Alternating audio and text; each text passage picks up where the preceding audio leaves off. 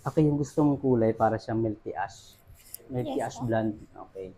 So, babaguhin ko na lahat ng kulay na to, ha? Okay po. So, yun nga, sabi ko nga sa'yo, may part lang siya dito magdadry kasi another bleach yung gagawin natin. Gugupitan ba natin?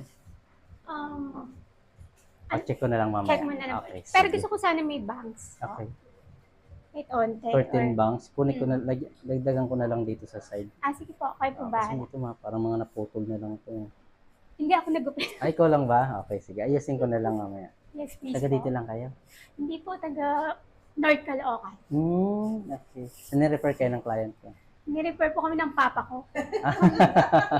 Nagpagawa na ba dito? Nakita lang niya. Nakita niya lang po kayo sa Facebook. Galing naman.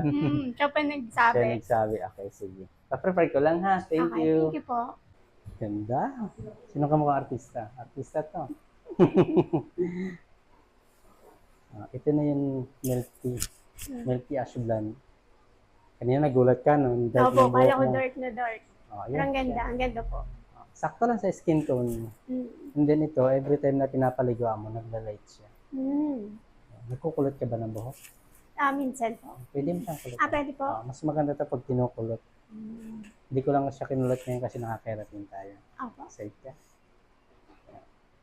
Thank you so much. Ganda. Thank you po. Thank you. Super recommended po. Thank you. Kunan ko ng video likod, ha? Thank Sige you. po. Thank you po.